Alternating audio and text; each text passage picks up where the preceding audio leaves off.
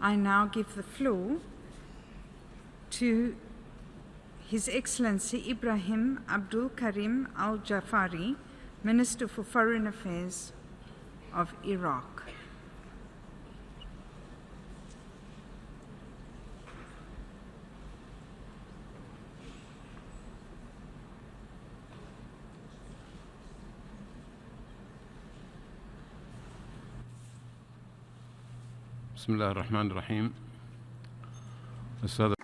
In the name of God, the merciful and the compassionate. August Assembly, I would like to begin by conveying to you my warmest greetings, and I convey those greetings in the name of God, the merciful and the compassionate, and the same God who, according to the Quran, is the sustainer of man on earth. To Her Excellency Ms. Maria Fernanda Espinosa Garces, President of the General Assembly, His Excellency Mr. Antonio Guterres, Secretary General of the United Nations, Your Royal Highnesses, Your Majesties, Your Excellencies, may the peace of Allah be with you. President, it is my pleasure at the outset of this statement to congratulate you personally upon your election to the presidency of the 73rd session of the United Nations General Assembly. I wish you every success in the discharge of your duties in that role. I would like also to express publicly my gratitude to your predecessor, Mr. Miroslav Lajčák, who so very ably and wisely steered the work of the preceding session, the 72nd.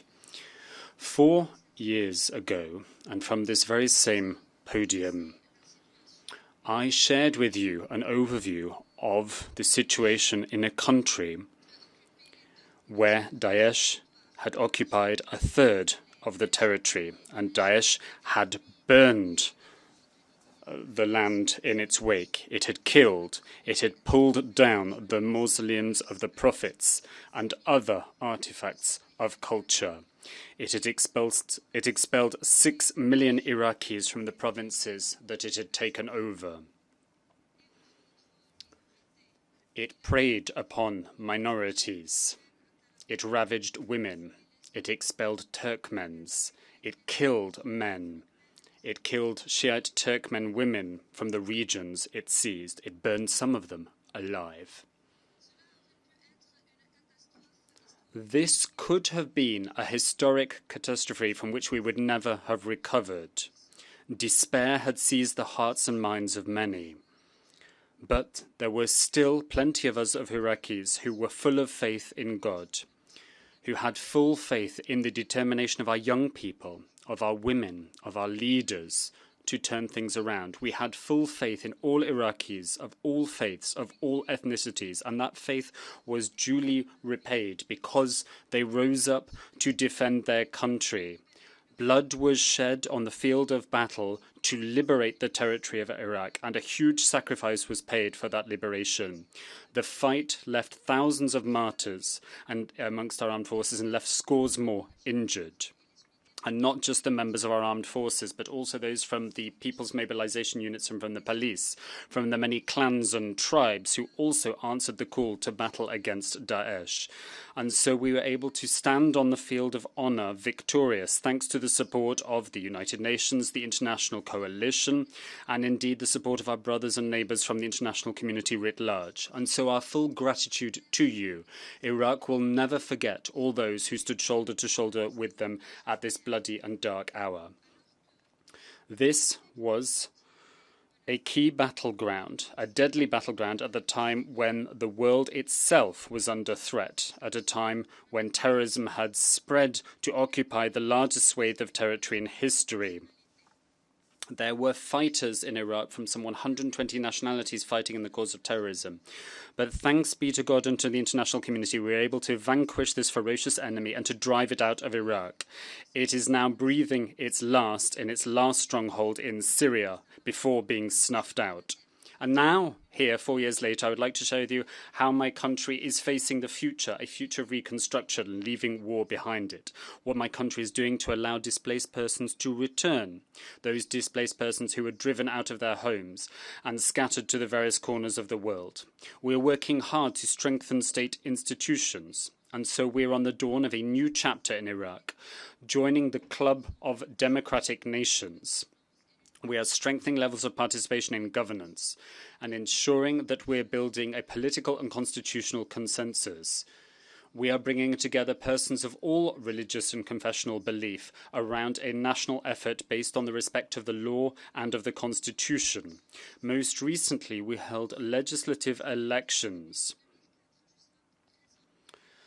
as part of a cycle of democratic elections that have occurred since 2004. And with each round of elections, we learn more and further embed our democracy. We have a new prime minister who's been appointed by the president, who has been charged with setting up a cabinet and to leading the government for the current mandate, with a chief focus on building prosperity in the nation and stamping out once and for all terrorism.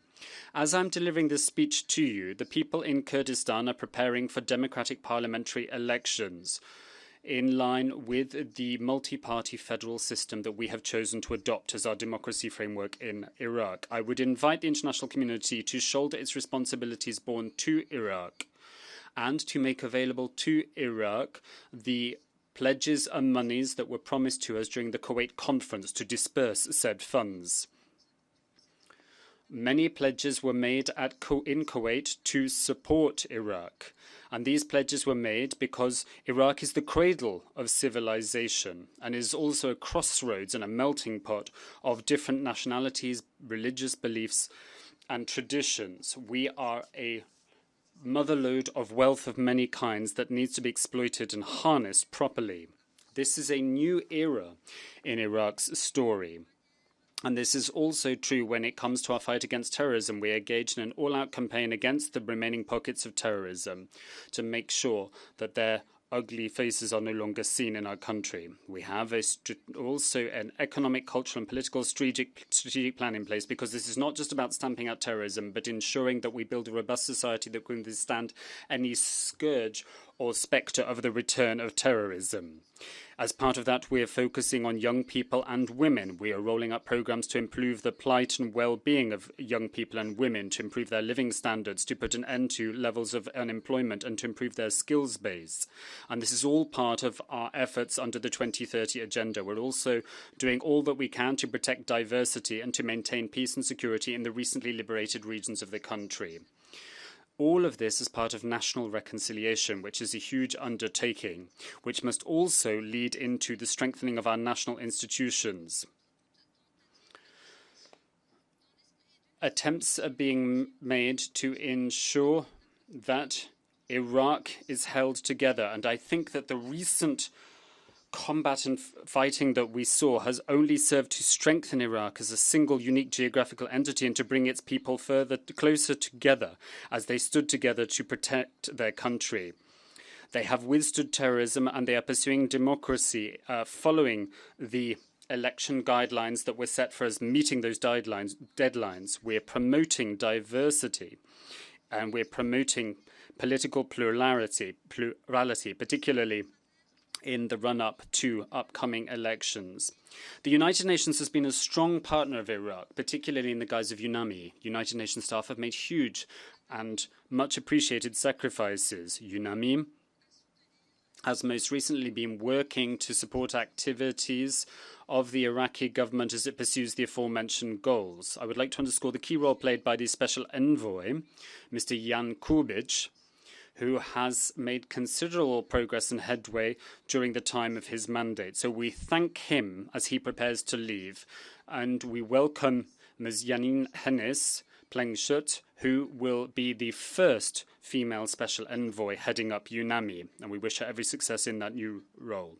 We wish to put an end once and for all to conflict in Iraq by ensuring that displaced persons can return, by providing compensation and care to those who have suffered, and by collecting proof and evidence of those crimes committed by Daesh. And we will do so through the commission that was set up under Resolution 2379 of the Security Council, a resolution adopted in 2017. We remain convinced that the maintenance of peace and security at the international level is a responsibility borne by all of us. It is borne by each and every nation, not just by the members of the Security Council. We wish to underscore and stress the importance of continuing action by the international community to stand together with Iraq, but also to fight more broadly against the proliferation of nuclear weapons and weapons of mass destruction and ensure that they are eradicated in order to ensure a safe and secure future for upcoming generations. We support the universalization of all disarmament-related conventions.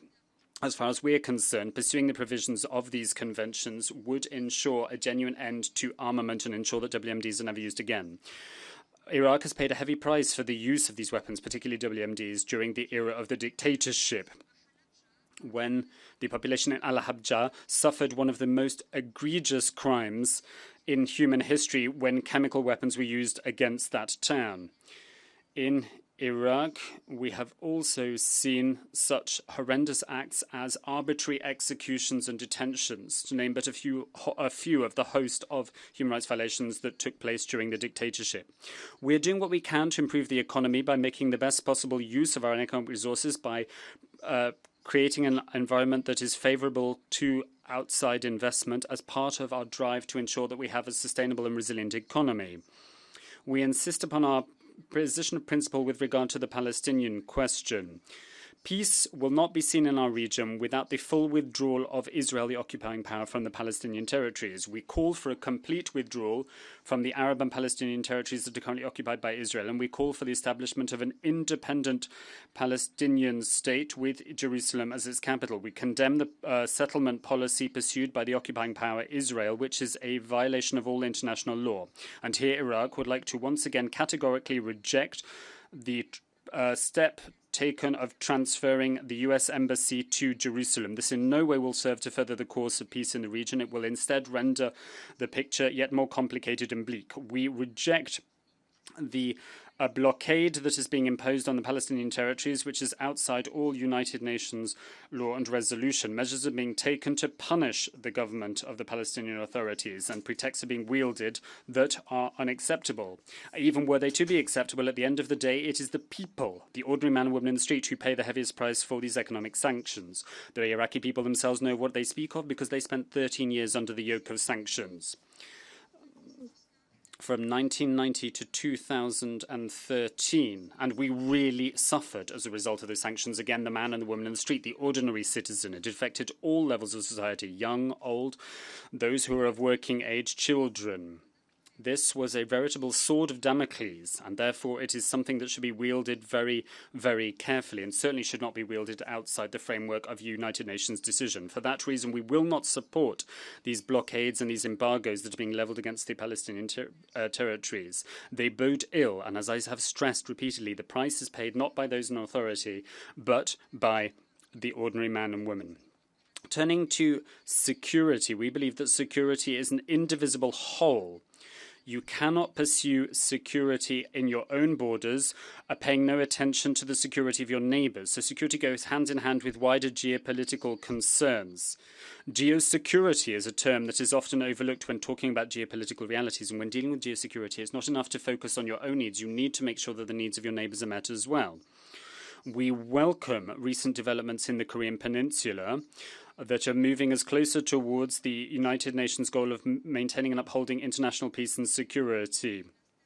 We hope that peace and stability will soon be restored in the Korean Peninsula, putting an end to a cycle of violence. And we hope that the same will be true in Syria, and that the cycle of violence will put an end to in Syria, preserving the territorial integrity of that nation, and that it will take the guise of a balanced political solution that is endorsed by the Syrian government and other stakeholders, a solution that will allow for an end to be put to the bloodbath that has enveloped Syria, and a solution that will put an end to any attempt to push towards a military solution which cannot be successful in Syria. This is why we recommend to the political stakeholders and parties to work seriously towards such a solution, a political rather than a military one. Turning to Yemen, here again we believe that a solution can only be found through peaceful dialogue. The conflict must come to an end, the guns of war must be silenced, and all external meddling must also cease. We categorically reject the presence of Turkish forces in Bashiga, and we reject any violation of Iraqi sovereignty. Our aspiration is good and peaceful relations with Turkey, who is our neighbour, peaceful relations as we enjoy with other neighbouring countries. But that said, we call upon Turkey to take a clear stance in response to these violations, recognise them as violations and put an end to them. We also call for the restoration to Iraq of our water resources, because the loss of these resources has reduced the level in the Euphrates and the Tigris rivers, the water levels, which has led to an adverse environmental and economic impact, which will have serious repercussions for the future. The civilization of Mesopotamia flourished on the banks of these two rivers, and it is there that the first civilizations emerged in human history, there in the south of Iraq, on the banks of the Euphrates and Tigris. So we feel a double responsibility and duty to preserve not just these water resources, but what is part of human heritage. We reject the statements made by the Prime Minister of the Zionist entity, who claimed that Iranian forces were in Iraq and used that to justify an attack on Iraqi sovereignty. We reject any attempt to use the United Nations podium before the General Assembly to undermine the stability of any country. We have worked very hard recently to build closer relationships with all our neighbouring countries. We have sought to turn the tide of polarization and to be a good neighbour and to enjoy good neighbours. We have not joined in any of the international coalitions, seeking instead to stand alone as a bridge between nations of different views and stakeholders of different views, as such a bridge and as such a hub in our region, so that there can be understanding which will lead to security in our region. We will remain a cradle of religious and cultural and ethnic diversity. Iraq, as has been said, is the birthplace of the world, and whoever controls Iraq controls the four winds of the world. Iraq will never be destroyed. Iraq is a nation that will withstand crisis and brutality. We are proud of our society and our history, and that is indeed true not just in the country but also in Baghdad as well.